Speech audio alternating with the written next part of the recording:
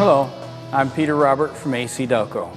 Today, Scott has some information on what to look for when you're performing a tire inspection.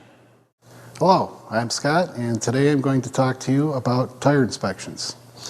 The first step is to check the tire pressure and compare the reading to the placard on the B pillar.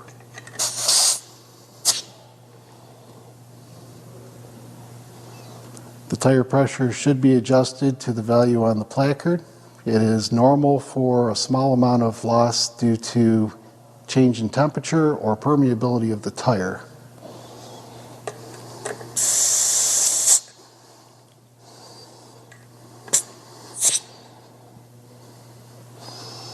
If the tire is down by more than about 5 pounds, the tire should be inspected for a leak.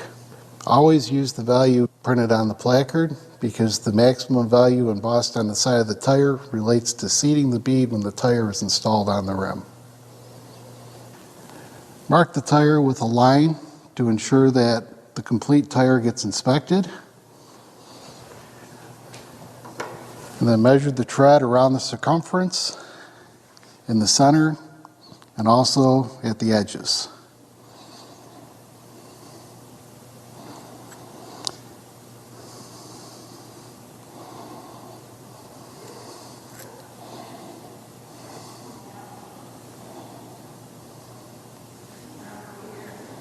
The minimum tread depth should be 2/32 of an inch or 1.6 millimeters. Care should be taken not to take measurements along the wear bars because that will give an inaccurate reading. The tire has wear bars built into it to indicate when the tread is worn out. Replace the tire when the tread is worn to the top of the wear bars. Inspect for uneven wear on the tire. This could be a sign that the vehicle is operated with underinflation, overinflation, or a problem with the alignment. Underinflated tires leave wear marks along both the inner and outer edges of the tire. Overinflated tires wear more in the center of the tread.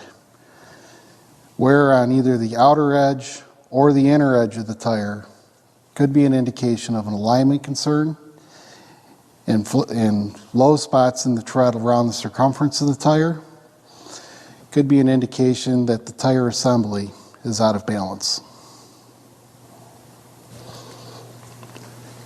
Inspect the sidewall for cracking, cuts, and bulges. Any cracking, cuts, or bulges in the sidewall indicate a problem with the tire. No repair should be attempted on the sidewall.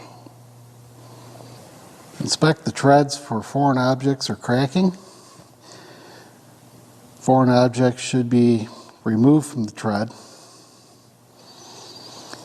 If left in there, they could damage the tire.